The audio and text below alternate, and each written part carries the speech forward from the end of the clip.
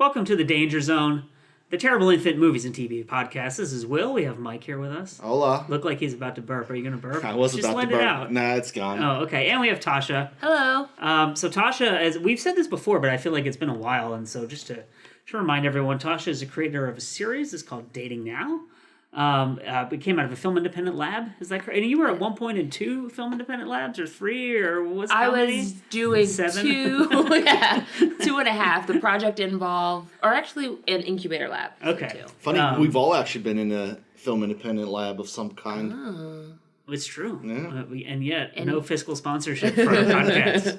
So, and the trailer for the series is debuting mid-February of 2019, is that correct? Yes, mid-February. So we'll, if you're watching this on YouTube, we'll definitely include links for you to be able to go and see what the series is about and where the trailer is and everything like that. So today's subject, suggested by Tasha, and it's about kind of where you draw the line with a creative person being a jackass and you really enjoying their work. Like, we're not going to get into Roman Polanski and, like, people who are legitimately criminals, because I think that's a conversation for another day. But the person that Tasha mentioned when we were talking about this is the creator of Smilf, whose name is Frankie Shaw. And this was last fall that this happened, or like in December-ish maybe? Yeah. Do you want to give like a brief? Basically, there's just like a bunch of things that were going on in the writer's room and on set. In the writer's room, they were separating like the black writers from the rest of the writers. They had a black room and then the rest of the room writers. And then on set... Was there like a side... So I read about this before but I didn't read that. Mm-hmm. How do you even do that? I have no idea how that happens. Right then, there's just like a sign on the door that's like black only. What? I don't know. An anonymous, writer in the room told this story to, I think it was Variety. And then on set, I want to say Samira Wiley, or the actress, didn't want to do a nude scene, was uncomfortable doing a nude scene, and Frankie Shaw, instead of just kind of being like, talking it out with her and being like, okay, came to set, took off her shirt, and was like, why aren't you comfortable with this, basically? And the actress ended up leaving the show because of that incident. So it's interesting because Smilf is such a good show, and it's one of those things like, and you want to celebrate female creatives and female directors. Frankie Shaw writes on the show. She created the show. And is it based on her life? It's based on her life. It's based on she did a short film that actually is what got the show a TV, or got the show made. She did a short film, did really well, and that turned into the show. She wrote, directed, and acted in that short film, and then ended up obviously writing and directing in the show. So she's super talented, and I'm not excusing anything that she did. I'm not saying like because she's talented, excuse what she did, but it's interesting, kind of like this thing of like, when you can't separate her from the show, right? You cannot separate her from the show. It's not like one of these things where they can be like, okay, we're firing you and we're moving on. It's right. Like it is her show. What's funny is I'm not familiar with the show, and while you were talking, you said Frankie, and I'm like, damn, this dude's crazy. And then Eric gets a chick, and then I was like, this chick's crazy. That's very insightful. Thank you. Good point. Moving on. It's interesting to me because the thing that she did with the actress on the set, right? And obviously, because James Franco did stuff like that, right, where he tried to coerce people into doing nude scenes. Yeah. But as a man working with female actors, I think it's a very different situation than a woman coming in and be like, I'm also an actor. Like, I can see a crazy actor, right, who's trying to get someone to do something, just being like, I'm naked too. Let's do it. Let's do it. Yeah. Like, that's just eccentric, weird, like, actor behavior to me. Right. The writer's room thing is insane.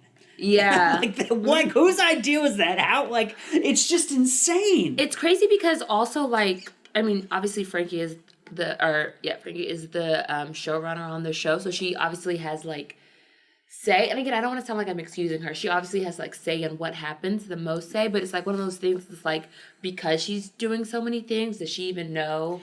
Well, that's the thing too. Like, you start to get into these gray areas of what does the reporter actually know? Mm-hmm. Where are they getting information from? And so this is an example that I was going to bring up, but I'm a really big fan, I would say a huge fan, I guess, of Quentin Tarantino. And over the years, Tarantino has done and said a lot of things that have gotten him in trouble. He obviously wants to be like edgy and to seem really cool and to like antagonize certain people, and that's just part of his shtick. But the thing that really got him into trouble with a lot of people and made people think that he's an asshole, it was the whole thing with Uma Thurman when she gave that big interview to the New York Times, and she talked about how with Kill Bill she was in the car accident. That was the one thing that he spat in her. She gets spat in. Someone spits in her face, right? Yeah, she got spit in her face, and she got strangled, right? And the car accident was, according to the story and the way Uma Thurman explained it, like she said she didn't want to do it, and Tarantino kind of like coerced her into doing it, right? And the thing with that is that never comes out in that New York Times article that came out in subsequent pieces about this is that Uma Thurman did mostly like her own stunts for like 9 months of shooting this movie, right? And she did like martial arts stuff and like dangerous, complicated stuff. And Zoe Bell was like a stunt double, and she did some of it. But that was the last week or day of shooting the car accident. And if she's done her own stunts for 9 months, and the final stunt she has to do is to drive a car down a road, I can see how, from his perspective, you'd be like, come on, just do it. Like you were just jumping off of buildings, whipping samurai swords around your head, like you're worried about driving a car. And it feels like the people who are writing these things have never been on sets before, and they don't understand how these relationships develop. And like, you talk about the power relationship between the two of them, but they were really good friends for years because she was in Pulp Fiction. They'd known each other for years before that. Did they date as well? I don't know the full history of like them being, but they like she was a kind of like it says in the credits, I think, of Kill Bill, created by Q and U, right, which is Tarantino and Uma Thurman.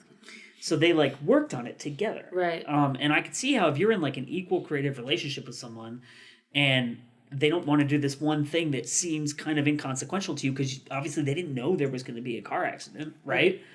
I could see how I'd be like, come on, just do it. Like, like it's almost like fighting with a sibling. It's like, don't be an idiot, just do it. Right. But the other thing and we can talk about this, but, Tarantino spat in her face and also was the hands that strangled her, right? But when we were talking before we started recording this about Hitchcock, I think, used to do stuff like that too, where they had close-ups of actresses. Like he would be the one to, and Hitchcock is a whole other can of worms too, because there are all these stories about him being kind of like a sadist, I guess, to people on his movies. But if you have Uma Thurman in your movie, who are you going to have strangle her, right? Like a PA, like one of the other actors. Like you want to take responsibility for it, right? You know her well, and I don't know. But so with the thing, going back to this MILF thing. Again, like, who knows in terms of, like, what was conveyed to the writers and how the writers wrote about it, not understanding how these things work and stuff like that. Although the thing with the writer's room does seem like a very clear-cut case of, like... misconduct. I never get these, like, the stories about the nudity because I can't imagine it's just, like, a surprise kind of thing. Like, an actor shows up on set and they're like, all right, today we're going to do a nude scene, right? It's got to be, like, talked about with an agent when you sign a contract. And that's she had a no nudity clause. Right, so that, if she has that in her clause, you can't just be like, all right, we're going to do a nude scene. Like, that can't fly. That's the whole point of having an agent and having a contract. And that's like in Game of Thrones, like, Lena Headey, I'm pretty sure in her contract, she said no nudity, or she's not going to do certain kinds of nudity. So that famous scene where it's like shame, shame, shame, and she's walking nude, that's not actually her, because that's part of her contract. So like, if it's part of an actor's contract that they're not going to do nudity, you shouldn't even bring it up. Like, you shouldn't even ask them to do it because it's already been talked about. It's not like, it's not like there's you sign up for a movie knowing it's about like a porn star and it's like there's going to be 4 sex scenes and you're like, I don't want to do any nudity. Then it's like, all right, well, then, that's a problem. But like in this case, if she had a no nudity clause in her contract, even bring that up on set, it's kind of shady. I think it was the thing. I don't think for that episode, Frankie was the director. And I think that's what the thing was. I think the director on that day had like said, wanted to do the scene nude. And she was like, yeah, like you said, like, no. Well, then the creator and executive producer should like step in. That's Frankie their job. was like called on the set. Her job is to make sure that the actor feels comfortable. Like, even if you like really feel like the scene was handled wrong. Like, even if you feel like, okay, I agree with the director, you need to have your breast out for this to work. Like, you don't take your shirt off and be like, what's wrong? Like, why aren't you? You talk with your actor, and then, I mean, you come up with what the actor is comfortable with. I also feel like you need to have. I can look it up really You need to have your breast out for this to work. I love that line, but sorry, her name is Samara Weaving, not Wiley. I said the wrong name. Is she related to Hugo Weaving? I doubt it. of The Matrix. It's like if they're not making an art film, right? Like, they're making a TV show. Like, you could shoot around people being naked. I'm sorry. That's what I was gonna say too. It's not like you don't have like fucking Bergman or like one of these people, Godard, in there being like, if we don't get this shot, it's ruined. It's like a lot of these shots you can shoot around it, or you don't really need it. Okay, I'll read specifically what it says. All right. It says, according to THR, the Hollywood Reporter, actress Samara Weaving, who plays the love interest of Miguel Gomez's Rafi, is leaving the show after claiming that her contract was breached while filming a sex scene from its second season. Shaw reportedly insisted that the crew members turn on video monitors during the filming of the scene, though the set was supposed to be closed. That followed an incident during the filming of the first season where Weaving was reportedly also asked to do a nude love scene despite the fact that she had no nudity clause in her contract. When she balked, a source says an exasperated Shaw pulled her into a trailer, yanked off her own top, and demanded to know why Weaving had a problem with being nude when Shaw had no such concerns. Then kind of goes on. There's been a buildup of things. So I guess... I mean, it's just a stupid thing because, like, what you're comfortable with doesn't really have anything to do with someone else's. Like, I could go murder 10 people and be like, why don't you want to murder, 10 people? That's a great example. That's another great example. I'm just full of great examples today. Like, on the subject of, like, divorcing the person from the art, or do you just stop watching the show or something? One of the things that I find to be interesting about this is that we live in a time where everyone wants to talk about these things, and there are people spilling information everywhere, and it's part of, like, this constant, endless dialogue through, I guess, mostly through internet media, right? They like to cancel. Right, people. but whereas, like, I mean, by almost every account, Picasso was an asshole, right? But, like, does anybody care now? No, like, Rembrandt was so hard to get along with that he stopped getting commissions at some point in his life, and that's why he painted so many self-portraits. So it's like, we have all this lasting art because he was an asshole and he got old and no one wanted to be around a cranky old asshole. And, like, I'm interested. I think, not to get too political, I don't know how political you guys get. Go for it. But I think a lot of this of cancel culture, of like not wanting to watch someone's art because what they do is a reaction to like someone like Trump being elected, where it's like all these bad things that he's said and done have got over the years had gotten so much of a pass that now people are so quick to react to everything that they can just grab on and be like, okay, that person's over because of this. Okay, that person's over because of that. And like, obviously a lot of the cases are valid. And then some of the cases, I don't want to sound like I'm like excusing her, but some of the cases it's kind of like, do you allow this person to grow and do you allow this person to learn and realize, okay, you know what I mean? When it's something that like was the being an asshole. With Kevin Hart too, right? Right. Of like, that was 10 years ago. And he said that he doesn't believe those things anymore. Right. And he said in his statement, right, like, I've changed, and like, can't people allow for change? I think with Kevin Hart, though, is that he never apologized. He claimed to have apologized. Right, but he didn't actually apologize. Yeah, but I mean, aside from that, that his whole point was people change.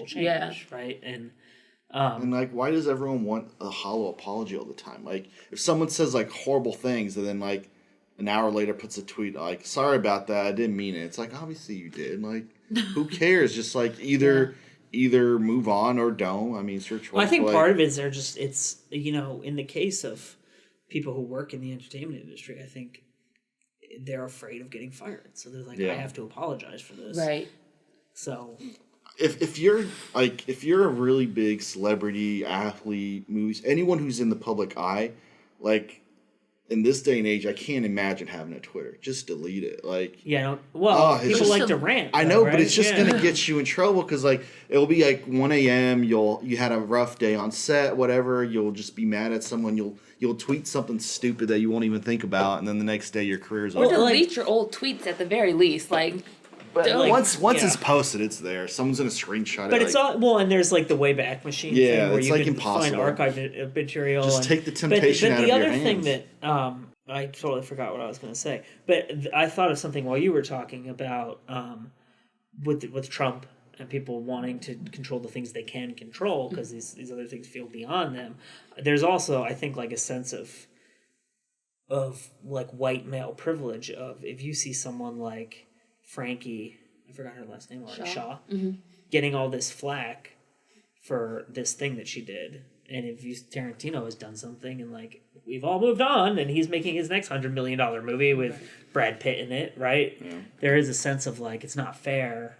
I mean, admittedly, he's a lot more famous than she is, but you could probably find other cases of people who are equally as famous as him, who are not white men, who got a lot more flack for what they did, whereas with him, we just move on to the next thing. Right. So I think that, like decades of anger, of unfair treatment probably plays or building up now and, like, Yeah, I mean, also, I mean, it's just, I think in the past, a lot of this stuff was forgiven, like, we'll talk about Kurosawa in a bit, like, Sergio Leone was notoriously difficult to work with, and it was like a huge asshole on set. Clint Eastwood, after he made those first two westerns with him, he didn't want to come back for the third one, but they threw enough money and the script was really good that he finally came back. And after that third one, they wanted to do more with him, and he's just like, I can't work with him anymore. There's a story, and I've told Will this one before, about, I forget which set this was on, but he was just writing a stunt performer, just like writing him and just like abusing him and verbally berating him and doing all this kind of stuff to him. And that stunt performer, after a shot, dressed in his uniform, he went upstairs to his hotel room and then he jumped out the window and killed himself. And like, instead of like stopping production or doing anything like that, Sergio Leone ran over and he's like, quick, get the suit off him before it has all the blood has a chance to like get in there. Awesome. So he cared about like the suit more than the person. He didn't give a fuck about that guy. He's just like, just gotta keep doing it. Like, all he cared about was like making his movies and making his art, and like anyone that got in his way just got like devoured. He's just like a with beast. People like Leone too, like I think that there's a sense of anger about. Like, I watched Once Upon a Time in America, which is Robert De Niro's in it and everything.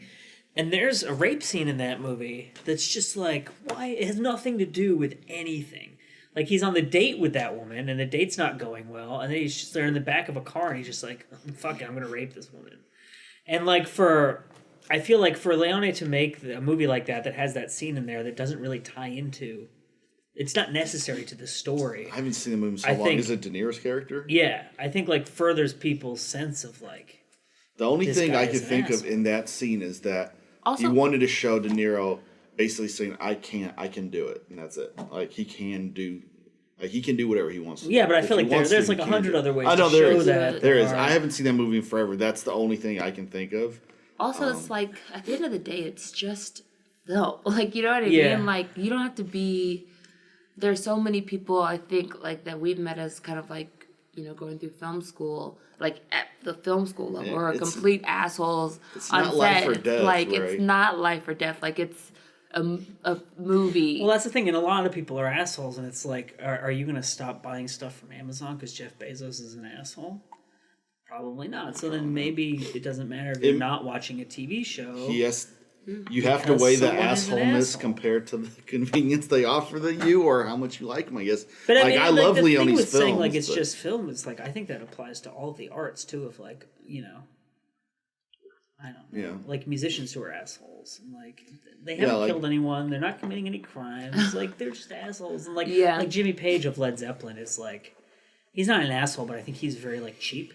And he like is really intense about copyright laws, and like Led Zeppelin is like one of the few artists where like you can't get any, like you couldn't put 2 seconds of their music on YouTube or like they copyright block like immediately, and part of that is him. But I mean the opposite perspective of that is, you know, he's coming from an era before there was the internet, and he's like, we created this. Yeah. It is ours. You can't just take it and do whatever the fuck you want with it. But I think there's a difference between kind of like being a rude person, though, or like an asshole, like just like a dick to people, and like endangering people or making people feel. Well, like Michael Bay, right? Or like there are stories of this. One of the stories that I heard was that they had I don't remember which Michael Bay movie this was, but there was a motorcycle stunt, and they didn't tell the driver they were going to be blowing smoke everywhere. Yeah, so the person was driving at the ramp that they were going to hit, and they just billowed all this smoke everywhere, and they missed the ramp and broke their neck.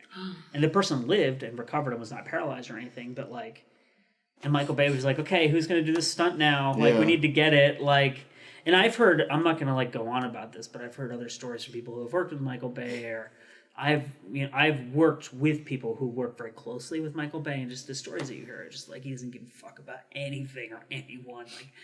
Like, with Michael Bay, it's different because it's like, I don't really care if I don't see Transformers movies. Like, it doesn't bother me not to watch Michael Bay's movies. You know what I mean? Whereas, like, if I found that could be said for that, any director too. Like, it doesn't bother people if they don't, like, no offense, but like, if they, I never saw a Quentin Tarantino film again. I wouldn't die. Like, Will would be really upset. Will would.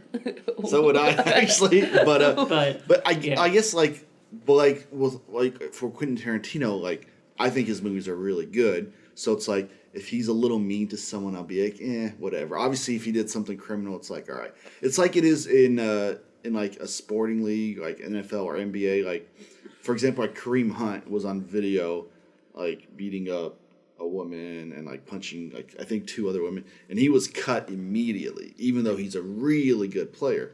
But did someone bring him back? But they were saying he's off like the exempt list, and they're talking about bringing him back maybe next year or the year after. And in my mind, I'm like, no organization's gonna bring that PR nightmare on them. There's a ton of teams interested. But who was the guy who wasn't there? There are a ton of teams interested in him, but even though it's on video. A player who punched his wife. His wife, and they covered it up, and then the video got out. Yeah, then it was trash. Depending how good you are, you will be given second chances. Well, up to a certain just comes point, down right? to money, though. Money right? too. Like, so who can they get the most money? Well, if you can make them. Well, that's the thing. Like, if they get power, him and he plays really well, and then they advance in their position and they sell more merchandise, and that's the same thing with Hollywood, right? Like, you know, that's why Harvey Weinstein was. I mean, sorry, we're not going that deep, but like, was able to thrive for so long is because he was making money for people. Making money for people and having people win awards in his movies, and it's like. Well, and that's the with someone like Michael Bay, like, his movies make so much money, it doesn't matter. So it's like, you'll put up with him being an asshole if you can make $20 million on this picture. Well, and with stunt performers too, like, it's, with the Quentin Tarantino thing, like, Uma Thurman, it has a lot of cultural capital. Like, she can go out there and say, I was hurt, people will listen. Right. I feel like with stunt performers, people kind of be like, well, you didn't die. And he's a stunt performer. So right? Yeah, they'll be like, he's part of his job. Where's the story? Yeah, like when the person died on that movie, that was, remember that the camera operator who got hit by a train? No. That movie about Red or something. I remember. Yeah, and that became like a really big thing about Yeah. like safety and stuff. But I remember, like like, in Triple X, the movie with Vin Diesel, the stunt performer died on that, not through like negligence or anything. He just died, and it was like a story, but like not a big story, right? It was a horrible one too. There's a scene where he's like in a parachute, and they're in a river in a boat, and like the parachute's tied to the boat, so he's kind of like flying behind it, and they go under a bridge. Oh no! And you can kind of guess what happened. So yeah, but it's like. Sad. It's like you hear, like, on a film set, for people who haven't been on film sets, can be really, really dangerous. There's very heavy equipment. There's a lot of people that are stressed out handling heavy equipment. Lights get really hot. There's fire hazards. There's tripping hazards. I have to be on set tomorrow. Knock on wood. Yeah. So there's a lot of dangers there, and so it's like, I don't know well, so if we want to speak about dangers in action movies and stuff, James Cameron, right, is another person who. And when you were talking about the tunnel, I remembered there's in Terminator 2, there's a scene where the helicopter flies under the overpass. The stunt pilot refused to do that, and there was it wasn't the stunt pilot, it was the cinematographer. Someone was like, I am not going to go under that overpass near that helicopter. Yeah, it's a bad idea. So James Cameron was like, found someone who was willing to fly the helicopter, and he got the camera himself, or like had some other random person who was willing to do it, and they were like, just go. And in that situation, I think more people should be like that and send them to them, and then be like, if you want it done, then you do it yourself. Like, if you really think that you have to have the shot like this, then you He do did. it yourself. And then the headline is the next day, James Cameron flies a Yeah. helicopter into the He's highway. like, I can do anything. But it's like, It's like, There was another James Cameron story. I should have looked it up before I said anything about. I think a camera guy, right, or someone got electrocuted on set, I believe it. and he got upset that the person got electrocuted, and they had to what was like Halt Waterworld or production. something. well, when they did You didn't do The Waterworld, Abyss, The Abyss. Oh, The Abyss. someone almost suffocated because of like Yeah. a breathing tank problem. And Right, that was what it was. he was and he was kinda like mad that Yeah. the person almost died and was like interrupting set, and it's like, dude. Yeah. But I mean, with James Cameron, it's one of those things where it's like, well, I guess with the breathing tank thing, it's like, yeah, is he endangering someone's life? And I don't know, I wasn't there, but it sounds like he was, Yeah. right? And like Or at least didn't care that someone almost Someone yeah. didn't care, yeah. There's so many stories like that too, as we're talking about like people that have died on sets, like the Twilight Zone movie. a lot of people died. That- People did die. Yeah. Like those kids died. There were so that's many things. really interesting because that's what's his face. Didn't John Landis direct that? Look it up really quick. Because the Twilight Zone movie is an anthology movie where it's different segments. And that section, if I remember correctly, they went to Vietnam and they were able to circumvent like a bunch of laws because they were down there. And they had these kids on set and this helicopter crashed. And like 4 people died. And Spielberg was the producer of it. And like, no, we don't ever talk about this anymore, right? Like, it's something that people know who know the history of movies and stuff, but it's like, that was just kind of brushed aside and we moved on with it. Yeah, John Landis was the director. It was John Landis, Yeah. right? So speaking of people who were assholes in their movies, we could talk about Max Landis. Do we know the screenwriter Max Landis? I will look That is him up John really Landis' quick. son. He wrote...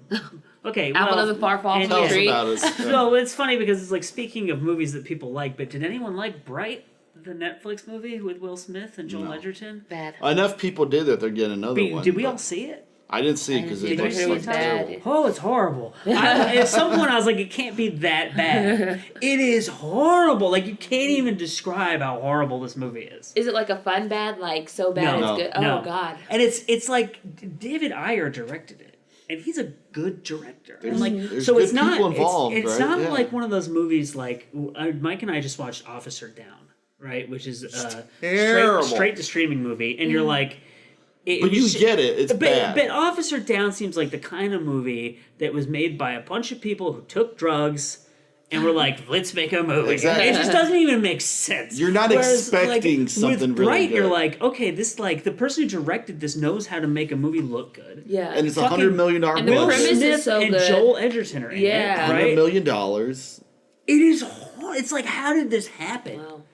And it's all the script. Like, I would place sole blame for that. I mean, there are like a couple things about it where you're like, well, maybe they could have shot this differently or whatever. But like, it's just atrocious. The script is horrible. But this is Max Landis' thing. He sells a bunch of movies for big money, and then all of them are like Yeah. either mediocre or horrible. I wonder, is it a script thing or do you think it's a director thing? Well, it's always one of those things where you're like, well, so I saw this documentary about the making of The Social Network, right? And David Fincher sat in a room with Aaron Sorkin and went over every line of that movie. It was like, we don't need that. Why is he saying this when he said this earlier? Like, I would have like- loved to be like, in that room with those two. Like, yeah, That and would be like, fun.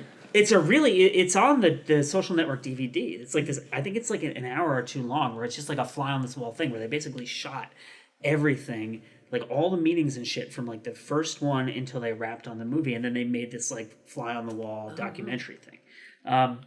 But you have that kind of director, right, who's going to do that, and then later on he sat down with each of the actors and went over the script and was like, okay, so in this scene you're feeling like this because before they were on set, right? David Ayer's case with Bright may have been, okay, here's when this movie is going to streaming, make it. You know what I mean? Yeah. Like he maybe he didn't have time to sit down and go over every single line in the screenplay and was just like, okay, I'm just going to direct this and like we'll be done. Right. So Max Landis, I've known a couple people who are friends with him, like personal friends with him. Well, friends of his friends, I guess, and so they hang out with him. Yeah. So just to tell you one of the stories, and I guess again, he's not endangering people's lives, right? He's just a fucking asshole. Yeah. But he's in this league where they play like Nerf guns. You know, like they do those wars with Nerf guns, Sweet. right? Or kind of like paintball, but Yeah. not even. And he paintball. couldn't go one day, and they scheduled the thing without him, and he became like livid and was calling people and telling them he was going to disown them, and he took their group off of Facebook because he was one of the administrators.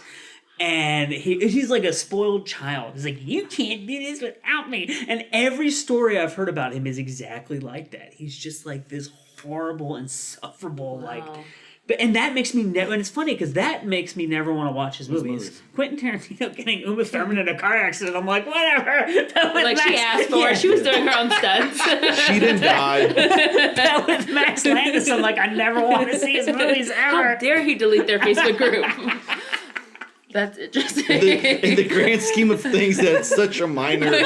But it's the kind of thing where, like, Yeah. it seems to me like he is an asshole on a personal level, whereas someone like Tarantino seems to me like He's doing it for his art. right. Right. but- Whereas Mac Landis is doing it just to be an asshole. Someone else told me a story about Quentin Tarantino that they were in Austin when they were shooting the one with Robert Rodriguez that they did together. Grindhouse. Grindhouse ones, Yeah, so this person I knew, I guess, lived in Austin at that time. And Tarantino always went to this one bar. And he was there, like, one night and, like, ended up going, like, doing the Tarantino party. And so what they would do was they would go to this bar in Austin and they would start drinking and they would start doing cocaine. Then they would get a flatbed truck and a roller derby team. And when the bar closed, they would drive around Austin for the rest of the night doing cocaine and drinking in his truck while the people played roller derby Oh my gosh. in the truck. That sounds fun. It just sounds insane. Wow. But that he was saying, oh, Quentin Tarantino's such an asshole. He just wants to do cocaine and watch roller derby. And I'm like, that sounds fucking amazing. Yeah. Like, why is that bad? That I have sounds a pretty question cool. I for really you, want to do Will. that now. Mm-hmm. Fuck, marry, kill, or Oh whatever. my God.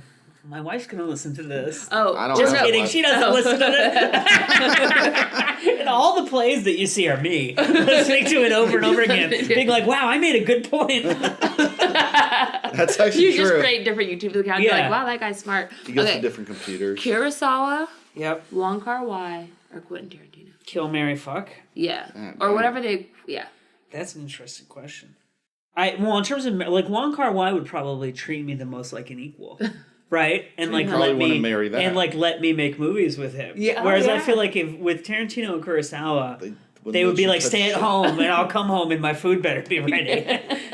Kurosawa is actually married to the same woman for like 40 something years until she died. Oh. They met in the 40s.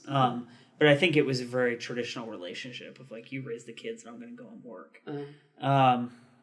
If you kill them, all their movies are erased too. So Yes, God that's the damn. thing. That's rough. Do I have to answer? you don't have Well, to. if that's the case, I would kill Wong Kar-wai. But he's the best person, obviously. Yeah. Right? That's And true. Is there a correlation with like being an asshole making good movies, I guess? I think that there's a little definite bit. correlation between being slightly unhinged and being very talented at creative stuff. Yeah. But not only being talented at stuff, because there are people who are very talented who are totally normal, Mm-hmm. right? But at getting stuff done. Yeah. Because, you know, like if you're a normal person and you get married and you have kids and whatever and you're creative, you can't spend every waking minute promoting your own art. But if you're a nut job, and even if you do get married and have kids, you don't give a shit about the kids. You just want to go make your I movies. imagine like, a lot of, it's like- a lot easier if you're like this insane, like Quentin That's Tarantino. We've been talking about a lot. Yeah, he's apparently totally insane, but like that's probably why You can make he good made movies. these movies, and they had big budgets. They weren't just like these Sundance movies that no one ever saw. And he's in the media a lot, which promotes his career, probably because he has. I mean, you have to have an ego to do art, right? Because ultimately, as much as you think it means to you, who is it servicing? Right. That's true. So, but I don't think it's a bad thing because I love art, right? So like Right. it's helpful to me.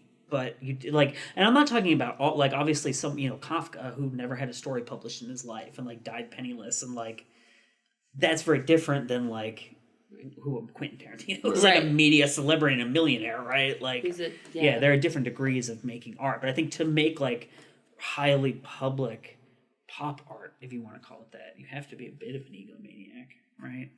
Which then probably plays into people being I was gonna say, like, a lot of the really good coaches out there are also kind of dicks and assholes that come off very, like, abrasive to, like, the media and people in general. Like, Bill Belichick is, like, he seems like a huge asshole. But he's probably the best football coach ever. Well, and that's And the he's a thing, cheater. too, with, like... Probably cheater. Yeah, of course he's a cheater. Savage. Fuck Bill Belichick. Like, I used to... Like, when I was a kid, I'd played sports. And then at some point, I just stopped caring. If And you so saw him now, you my wouldn't believe it. perspective of these, yeah, I can barely even get out of the chair, let alone play basketball. But my perspective of someone who is like willing to sacrifice everything in their life to win at a game where there's no point other than to win that game, right? Like, it's not like, oh, if I win this game, I'm gonna end world hunger or something. Right. Like, if you win the game, you've won the game, and that's the end of the story, it, right? right? Like, I don't get that. Just money. But that's really, really. Well, but I would argue that someone like Yeah, well, like the Bill Belichick or whoever, Yeah, like they don't need it. I know. Tom Brady. Like, hasn't Tom Brady like not taken millions of dollars so that he could stay on the Patriots because of some kind of salary cap thing? Well, no, he just takes less money so they can give him better players around him. Because like, Because if you take I mean, Tom it's Brady and a logical bunch in the of sense that scrubs, you'll win, but like it's also he's like, obviously got like he's hundreds willing, of millions of dollars like, but already. the point to him is not getting the biggest contract. No, he wants it's winning, titles. yeah. Yeah, exactly. But I think our listeners would be enraged if we didn't go back to fuck, marry, kill, because you never really answered. I want to know. You have to provide a solid. Okay, answer. so if we're talking in terms of the art, I would kill Wong Kar-wai, which bums me out because I really love Wong Kar-wai. Mood But for Love is like one of my it's such a great movie. I know, I like so many of it. And did you know that there's a Criterion Collection box set? It hasn't been announced yet. But I have like gotten in on these Criterion forums and stuff, and like people who work at Criterion will sometimes like drop hints about stuff, and like so I think a lot of it is his early stuff that was never like put out on like Blu-ray and stuff in the U.S. But I actually met Wong Kar-wai. Fun fact. Did you know that? No. Yeah, I went to an award screening at the Grand Master, and he was there. Oh. And I ran out afterwards, and I got a picture with him, and I talked to him for like 2 seconds. He was drinking a beer. And this is the New Beverly. He was drinking a beer, and he was wearing sunglasses, and it was like midnight or something, right? And he was drinking a beer from a glass. I'm like, where did you get that? And then he just walked away. Like, he took a picture with me. I said hi to him. I was like, I really like your movies. I was like, thank you for coming out here. And he was like very polite to me. He's like, he's very tall, too. Oh, really? Yeah. He seems tall. And he was like nodding and stuff like that, and like, thank you and whatever. And then he just vanished. Wow. Like, everyone else started streaming out of the theater looking for him, and he was gone. I was like, Dang. The one guy Will May he'd kill. What about the other two? I don't know, honestly. Gotta pick, or I'm gonna kill them both. It's, You gonna lose. well, both so their let me movies. ask you some more qualifying questions. Okay. If I marry them, do I live in their time? Yes. Because it'd be really interesting to live in Japan from like 40. like pre-war through the war and then the post-war economic miracle and all that stuff. But am I still me, or am I a Japanese person from that time? Oh no, you would still be. So you. I understand my. He doesn't you- want to be him. No, he wants no, to be I someone do. better. No, I'm saying, do I okay. understand my perspective on that thing? So do I find it interesting, or am I just him and I'm like, oh, this is just life? I think you would find it would be you. Like So you then would I'd be able to look at it with your I'd marry perspective. Kurosawa, and before I went to the wedding, I'd fuck Tarantino, steal his scripts, and then go and give them to Kurosawa, and I'd make those movies. So I'd do Samurai Pulp Fiction. Interesting. Which wouldn't make any sense because none of the stuff that it's based on would have been made yet. This is a question for another day That was to think a about. lost waste of time. I thought that was really fun. I liked it. I liked your answer. Jesus. But I would be interested for another day. Obviously, it'd be too much to talk about now. But like, what would a Quentin Tarantino film look like if like Kurosawa directed it? What would like? You mean if he took the script and directed it? Yeah, like what would another director's film like with like another director? I mean, the Who has a Kurosawa style. Tarantino thing is really interesting to me because Kurosawa was like a big humanist. And Tarantino, obviously, his films are not about compassion. So, Bloody. Well, Kurosawa made like violent movies, but they were about like kind of like sad, tragic. Like he had a lot of empathy for the characters. But but something that when we talk about Kurosawa, so Kurosawa used to do this thing where he would pick one person on his set to be horrible to, so that everyone else would basically fall in line, which, as Mike pointed out, is what Monica does in Friends when she fires Joey. Yeah. It's so like you fire someone on the first day, and then everyone's like, "Shit, I gotta like." This person means business, This person right? means Yeah. business. If I don't, shape up, they're gonna fire me too. and Kurosawa apparently got that idea from John Ford, who is like the old great Western director, right? Who was a big influence on Kurosawa. But it's thinking of that and like thinking of people like Orson Welles, right?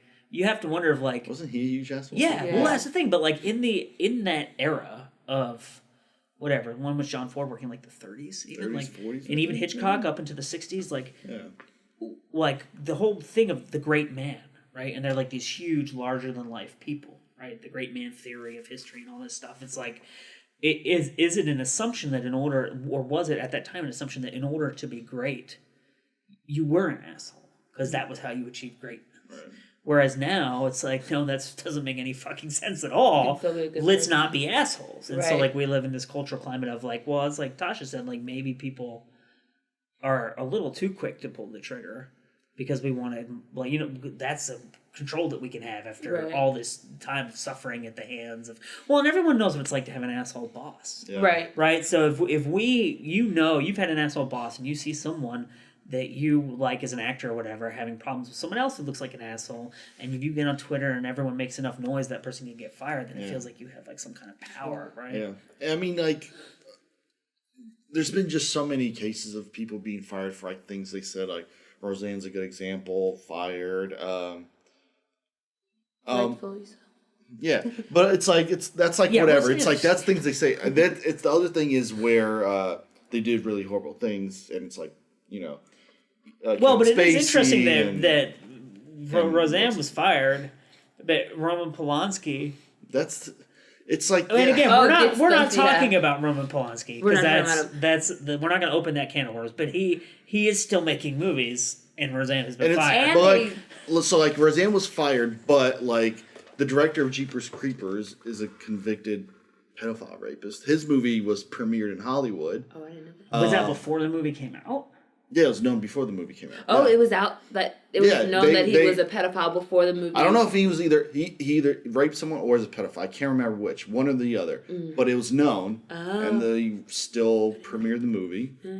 Didn't matter. That and to then, me is like because there's a and band then there's all called the Lost stuff- Prophets it- where the singer is now in jail for pedophilia. Oh, I think I heard about Yeah, that and it's one. maybe like- not maybe rape, but something like that. And then you have all the ones of like they're accused of stuff. That's the one that's toughest for me accusations. because like if it's overwhelming, Like Bill Cosby. or a Weinstein, like I get it. But if it's like one or two people say something, Well, and then there's the it's, whole it's like you just never know, right? So Like, I know we're you're winding supposed to. down here, but I want to throw one more question out to throw a monkey wrench in this. But the Aziz Ansari thing, right? From my perspective, and again, this is very touchy, and I don't want to like offend anybody, but it seems I'll to offend me him. like Aziz Ansari on that date was just being a pushy jerk. I think like a lot of men are on dates. But it does go against everything that he says he is Yeah. in his stand-up and on his show and stuff, right? Right. So I don't know if you guys watched that show, Master of None, but I like, watched the first does season. that change the way that you look at that show? It definitely does because, like you said, like he not even just on this show, but his whole shtick is like being like the nice guy that girls don't want. That's kind of what his character was on Parks and Rec. He wrote a book, Modern Love, that's kind of based on that whole aspect. So it's kind of like everything that he's the exact opposite of everything that he is, and like also like as a woman and being and having been in that situation, it is a little bit more terrifying. When like reading it, I could see past situations where I've been in that situation when it's a little bit more terrifying reading it as a woman who's experienced it. But I will say with Aziz Ansari, and the same thing with like a lot of these people who have been quote unquote canceled, and what we talked about earlier is kind of like you do this, like especially with Aziz Ansari, it's like you do this thing and like that's honestly not that, like you said, like he's just more being a pushy guy, right? And it's like this thing of like all you have to do is be like, and he did do this, is say I'm sorry, I didn't realize, and go on. And then if people don't want to forgive you for that, that's on them. And I think this thing with like the comedians now with like Aziz Ansari and like Louis C.K. who are now coming back after having this happen, and they're coming, instead of taking the time to reflect and seeing why people are angry, they're coming back angry themselves and being like, well, it's society's wrong for like and I da-da-da. deserve to be hurt like that. Yeah. Well, the Louis C.K. those jokes that were recorded. Oh yeah. like, why would you even... I mean, so I have to say, from a point of bias, I've never thought Louis C.K. was funny. I watched half an episode of his show and I was like, this is the dumbest thing I've ever seen in my life. I think his stand-up is horrible. I think he's pedantic. He's condescending. Like, he's just a fucking asshole. Yeah. But I get that people think he's really funny. But why would you come back? Like, one of your first... Or maybe... Was that his first performance? Yeah, I think it was like one of his first ones. Yeah. It's like he's making fun of these kids who survived a school shooting. Yeah. It's like, well, that's his whole... His thing is supposed to be like shock. Like, it's like But it's interesting because his whole thing... Stuff. When I see him on talk shows, one of the reasons I hate him is that he thinks that he's right and everyone else is wrong, and he can tell you how to live your life. And here are these kids who survived a shooting who are trying to tell people, based on my experience, this is what I see. They're basically doing the same thing that he does, but in a more compassionate way. Right. And he's saying, fuck you, why should I have to listen to you? And I'm like, fuck you, why should I have to listen to you? Exactly. You don't. No one has to listen No, to I him. don't listen to him. But the point I'm making is you think that people should listen to you. Right. But you don't like people who are trying to use their position to help to make the world a better place. So it's like that just pisses me off. Well, that's a lot of what's. But those jokes weren't funny either. They weren't funny. Like if you read the jokes, it's like it's just not funny. Yeah, he's just The Dave Chappelle thing though about Louis C.K. was very funny. Did you see that? Mm-hmm. He was talking about Louis C.K. and he was like talking about that one person where he was like, "Oh, Louis C.K. was masturbating to me over the phone," and he's like, "You're gonna have really big problems in life if you don't know how to hang up a fucking phone." That's true. And the thing with Aziz Ansari that I find just a little funny is like, couldn't the girl just like beat up that little nerd? No, he's like, but well, I think 4'10" and like 87 pounds. But isn't the point that it's a psychological thing? I know, but it's just like he's a famous person. Can you imagine that story though? And like, if that story is the same story except the end is like, and then I beat him up, and then he's like the victim. That'd be hilarious. That was his. Instead of apologizing, he was like, "What she didn't tell you was that she beat me." She pulled out that peg strap and just. It was Ronda Rousey. Ronda Rousey would whoop his ass. That'd be brutal. Well, and I think that the part of the issue that we have with these things is when the stories like that become public, half of the people reading them are men. Mm-hmm. And as a man, my perspective on Aziz Ansari is if he did that to me, I would just punch him in the face and leave. But I'm like 100 pounds heavier than Aziz Ansari. Like, we can't relate to that at all. And I think that was the whole thing with Matt Damon, right? When he said that thing about, well, we have to differentiate between someone who gropes someone's butt and someone who's a rapist. Right, and while that may be a logical point to make, it's like people don't want to hear white men talking about this anymore. Like, It's not that you're wrong; just shut up. And I think that's part of the problem that we have, especially because so much of this conversation is conducted online, right? And so people aren't looking at each other face to face and having compassion for one another. Online. Yeah, they're just like, everyone's wrong, I'm right. Here's my opinion, and they just won't shut up. Also, the common factor in this conversation is that it's all white men. So maybe the problem is white men. White dudes. Just kidding. Aziz Ansari's not white. Aside from Aziz Ansari. Well, and he's white Dave passing. Chappelle. Shaw. And Shaw. Frankie Shaw. He's white passing. Look at that tan. Anyway. Hey, Robert. Actually, Austin. Yeah. Think let's wrap up? Yeah, but I mean, I think what's most interesting to me about this conversation is that our approach was, where do you draw the line? And we didn't even try to answer that question because you can't, right? Every person draws the line somewhere else. Well, and it's like, I'm like, when I hear Roseanne got canceled, I'm like, good fuck Roseanne. But I have no relationship with that show. Yeah. Whereas if Tarantino you can't cancel a filmmaker, but if he never got funding again to make another movie, I'd be bummed. Yeah. But that's because I have a relationship with his movies, right? I think it's like very personal how you respond to and at this the end of the day, it's almost always going to be, you're going to piss half the people off. You're going to have half the people like you. Like, I guess my hope for the future is that we don't end up having to do an episode about this on the series Dating Now. Yeah. Half of the show creators accused of misconduct. It's all about rape. I'm waiting to hear the stories. Maybe we'll have the actors on. The show is Raping Now. Yeah. We'll have some of the actors on, and they'll tell the horror stories of working underneath Tasha. Just how there's violent. no nudity in the script, but I made everyone. But you're in it, are you? Yeah, I'm in it. Yeah. So they'll be like, for some reason, she was just walking around naked. Yeah, even when the scenes weren't nude. All right. Well, hopefully this has been insightful or at least interesting to listen to. Thank you for listening. Thanks everyone for coming in. Thank you. Thank you. Signing off for now.